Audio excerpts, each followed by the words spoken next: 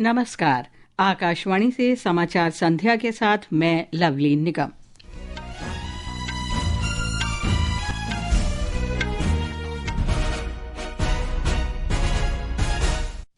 भारत और यूरोपीय संघ ने ऐतिहासिक मुक्त व्यापार समझौते पर हस्ताक्षर किए। दोनों देशों ने इसे अब तक का सबसे बड़ा समझौता बताया। इससे भारतीय वस्त्र और जूते के लिए यूरोपीय बाजार खुलेंगे। यूरोपीय संघ से आयात होने वाली वस्तुएं सस्ती होंगी। इनमें लग्जरी कार, मदिरा और दवाएं शामिल। प्रधानमंत्री नरेंद्र मोदी ने कहा, इस समझौते से रोजगार सृजित होंगे, वैश्विक आपूर्ति श्रृंखलाओं को मजबूती मिलेगी और वैश्विक व्यवस्था में जारी उथल-पुथल में स्थिरता आएगी। यूरोपीय आयोग के अध्यक्ष उर्सुला फॉन डेर लायन ने कहा, वैश्विक व्यापार में संघर्ष के बीच भारत यूरोप समझौता रणनीतिक निर्भरता कम करेगा। संसद का बजट सत्र कल से शुरू। सर्वदलीय बैठक में सरकार ने सहयोग की अपील की। सरकार ने आश्वासन दिया है कि विश्वविद्यालय अनुदान आयोग के नए दिशा निर्देशों के अनुसार जाति आधारित भेदभाव का दुरुपयोग नहीं होगा।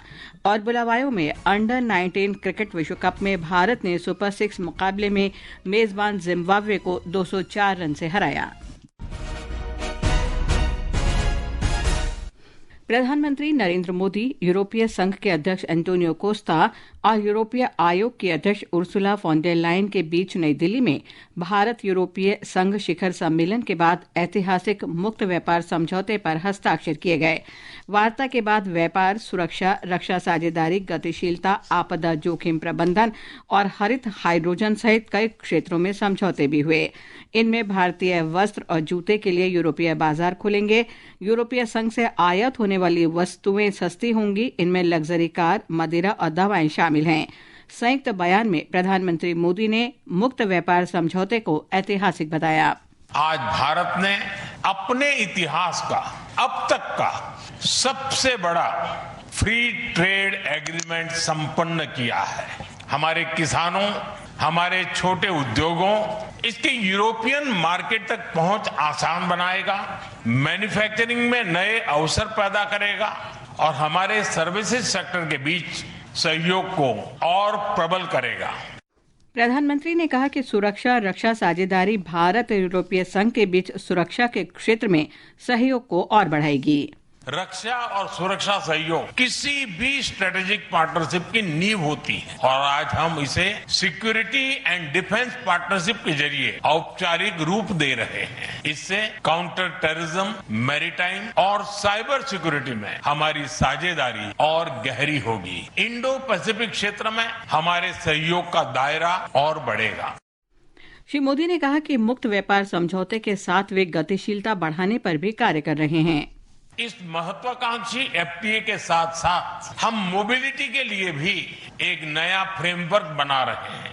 इससे भारत के स्टूडेंट्स, वर्कर्स और प्रोफेशनल्स के लिए यूरोपियन यूनियन में नए अवसर खुलेंगे। साइंस एंड टेक्नोलॉजी में हमारा लंबे समय से एक व्यापक सहयोग रहा है। आज हमने इन महत्वपूर्ण लिंकेजेस को भी और मजबूत करने का निर्णय लिया है। प्रधानमंत्री ने कहा कि भारत यूरोपीय संघ की साझेदारी वैश्विक हित में है और भारत यूरोपीय संघ के संबंध वैश्विक व्यवस्था में चल रही उथल-पुथल में स्थिरता लाएंगे। यूरोपीय संघ के अध्यक्ष एंटोनियो कोस्टा ने कहा कि ये सम्मेलन दुनिया को स्पष्ट संदेश देता है कि बदलते वैश्विक परिदृश्यों के दौर में भारत और यूरोपीय संघ रणनीतिक और विश्वसनीय साझेदार के रूप में एक साथ खड़े हैं। यूरोपीय आयोग के अध्यक्ष उर्सुला फॉन डेर लायन ने मुक्त समझौता को बहुत महत्वपूर्ण यानी मदर ऑफ ऑल डील्स बताया। उन्होंने कहा कि इससे वैश्विक व्यापार में उथल-पुथल के बीच भारत यूरोप समझौता महत्वपूर्ण निर्भरता कम करेगा। उन्होंने कहा कि इससे भारत और यूरोप में लाखों श्रमिकों के लिए रोजगार सृजित होंगे। सुश्री लायन ने असाधारण आतिथ्य सत्कार के लिए प्रधानमंत्री नरेंद्र मोदी को धन्यवाद दिया और कहा कि गणतंत्र दिवस परेड में मुख्य अतिथि होना सम्मान की बात है। रक्षा मंत्री राजनाथ सिंह ने कहा है कि भारत यूरोपीय संघ मुक्त व्यापार समझौता देश की वैश्विक आर्थिक यात्रा में एक महत्वपूर्ण अध्याय है।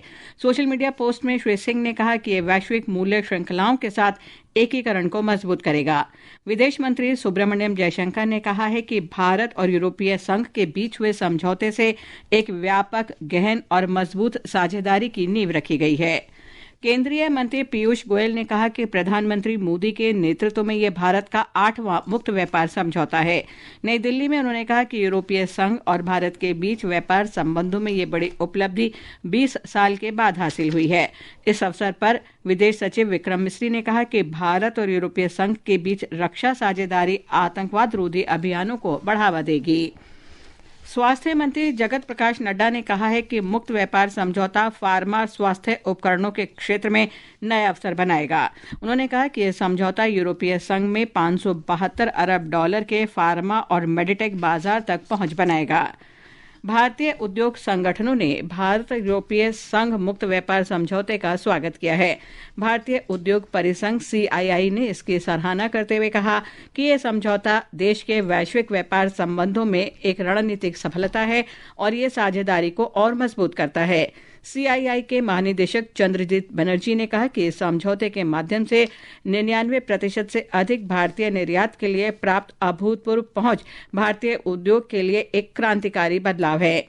भारतीय वाणिज्य उद्योग महासंघ फिक्की ने रणनीतिक महत्व और दीर्घकालिक महत्व के समझौते को आगे बढ़ाने के लिए सरकार को बधाई दी।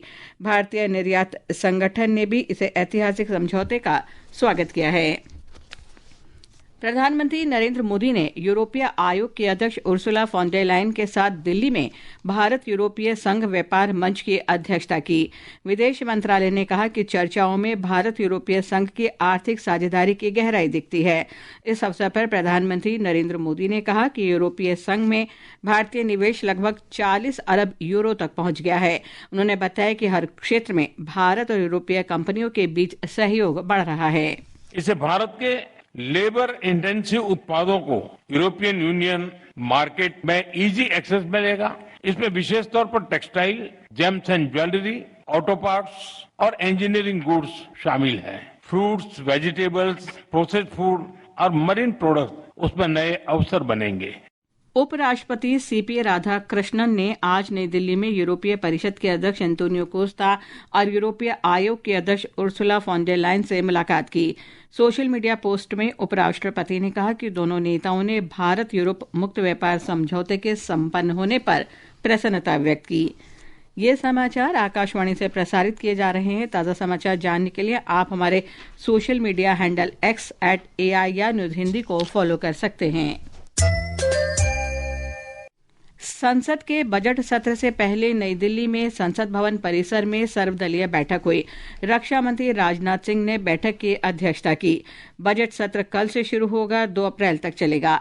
संसदीय कार्य मंत्री किरेन रिजिजू ने कहा कि बजट सत्र के पहले भाग में राष्ट्रपति के अभिभाषण पर धन्यवाद प्रस्ताव होगा। राष्ट्रपति का अभिभाषण पर धन्यवाद प्रस्ताव होगा, उस पर चर्चा होगी।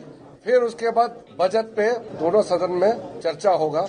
हम लोगों ने सारा मेंबर्स को रिक्वेस्ट किया है कि सब पार्टी सहयोग करें और हमारे संसद को सुचारू रूप से चलाने में योगदान करें। केंद्रीय बजट 2026-27 की तैयारियों का अंतिम चरण आज नई दिल्ली में हलवा समारोह के साथ शुरू हुआ। समारोह में वित्त मंत्री निर्मला सीतारामन के साथ मंत्रालय के सभी विभागों के सचिव और बजट तैयारियों में शामिल अन्य वरिष्ठ अधिकारी उपस्थित थे। बजट 1 फरवरी को पेश किया जाएगा। संसद का बजट सत्र कल से शुरू हो रहा है। आकाशवाणी का समाचार सेवा प्रभाग सत्र की पूर्व संध्या पर आज संसद के समक्ष मुद्दे और इश्यूज बिफोर पार्लियामेंट परिचर्चा प्रसारित करेगा। इश्यूज बिफोर पार्लियामेंट कार्यक्रम आकाशवाणी के FM रेनबो और अतिरिक्त मीटरों पर तथा संसद के समक्ष मुद्दे कार्यक्रम आकाशवाणी के FM गोल्ड और अतिरिक्त मीटरों पर प्रसारित किया जाएगा। ये कार्यक्रम रात 9:30 बजे से 10 बजे तक सुने जा सकते हैं। सरकार ने आश्वासन दिया है कि विश्वविद्यालय अनुदान आयोग UGC के नए दिशा निर्देश शिक्षा परिसर में जाति आधारित भेदभाव को दूर करने के लिए हैं और इनका दुरुपयोग नहीं किया जाएगा। शिक्षा मंत्री धर्मेंद्र प्रधान ने कहा है कि सभी कार्यवाही संविधान के दायरे में ही की जाएगी। डिस्क्रिमिनेशन के नाम पे किसी को भी मिसयूज करने का अधिकार नहीं रहेगा। इसमें UGC हो, भारत सरकार हो या राज्य सरकार हो, इसकी दायित्व रहेगी। कुछ भी व्यवस्था हो संविधान की परिधि के अंदर होगा और ये तो सुप्रीम कोर्ट की निगरानी में व्यवस्था है। किसी के ऊपर भी अत्याचार या किसी को भी भेदभाव नहीं किया जाएगा। प्रधानमंत्री ने वर्चुअल माध्यम से भारत ऊर्जा सप्ताह के चौथे संस्करण का उद्घाटन किया। दक्षिणी गोवा में आयोजित समारोह को संबोधित करते हुए उन्होंने कहा कि ये ऊर्जा क्षेत्र में संवाद और कार्रवाई के लिए एक वैश्विक मंच के तौर पर तेजी से उभरा है। गोवा में भारत ऊर्जा सप्ताह का चौथा संस्करण अंतर्राष्ट्रीय कूटनीति का केंद्र बन गया है। हमारे संवाददाता ने बताया है कि पेट्रोलियम मंत्री हरदीप सिंह पुरी ने देश की ऊर्जा सुरक्षा को मजबूत करने के लिए कई अरब डॉलर के सौदों की घोषणा की है। इनमें प्रमुख रूप से बीपीसीएल और ब्राजील की पेट्रोबास के बीच 12 मिलियन बैरल कच्चे तेल का नवीकरण अनुबंध शामिल है। ऊर्जा पोर्टफोलियो में और विविधता लाते हुए मंत्री ने कनाडा के साथ एक नए मंत्री स्तरीय संवाद का खुलासा किया, जो महत्वपूर्ण खनिजों और छोटे मॉड्यूलर रिएक्टरों पर केंद्रित है। तकनीकी मोर्चे पर इस कार्यक्रम में स्वदेशी हाइड्रोजन संचालित ड्रोन का शुभारंभ और एलएनजी जहाजों के निर्माण के लिए जापानी और दक्षिण कोरियाई कंपनियों के साथ एक बड़े जहाज निर्माण सहयोग को भी देखा गया। आकाशवाणी समाचार के लिए पणजी से महेश चोपड़े। इलेक्ट्रॉनिकी और सूचना प्रौद्योगिकी मंत्री अश्विनी वैष्णव ने कहा है कि भारत 2035 तक विश्व के शीर्ष 4 सेमीकंडक्टर विनिर्माण देशों में शामिल होने की राह पर अग्रसर है। नई दिल्ली में स्टार्टअप और सेमीकंडक्टर उद्योग के प्रतिनिधियों से उन्होंने ये बात कही। प्रधानमंत्री नरेंद्र मोदी कल नई दिल्ली के करियप्पा परेड ग्राउंड में वार्षिक एनसीसी पीएम रैली को संबोधित करेंगे। इस वर्ष की रैली का विषय है राष्ट्र प्रथम कर्तव्य निष्ठा युवा हैं। प्रधानमंत्री कार्यालय ने कहा है कि ये रैली भारत के युवाओं में कर्तव्य, अनुशासन और राष्ट्रीय प्रतिबद्धता की भावना दर्शाती है। उच्चतम न्यायालय ने आज सभी राज्यों और केंद्र शासित प्रदेशों से एसिड हमले के मामलों की संख्या और अदालतों में उनकी स्थिति सहित कई तरह की जानकारी देने को कहा है। न्यायालय ने पीड़ितों की सहायता के लिए पुनर्वास उपायों की जानकारी देने के भी निर्देश दिए हैं।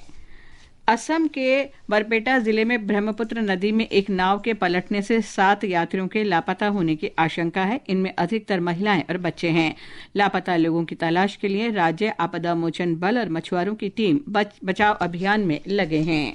रक्षा मंत्री राजनाथ सिंह ने कहा है कि ऑपरेशन सिंदूर ने यह साबित कर दिया है कि देश की स्वदेशी प्रणालियां भारत की परिचालन तत्परता को मजबूत कर रही हैं। नई दिल्ली में रक्षा अनुसंधान और विकास संगठन डीआरडीओ के वैज्ञानिकों के अभिनंदन समारोह में रक्षा मंत्री ने ये बात कही। भारत ने संयुक्त राष्ट्र में पाकिस्तान को करारा जवाब देते हुए ऑपरेशन सिंदूर पर उसके झूठे बयान को आज खारिज कर दिया।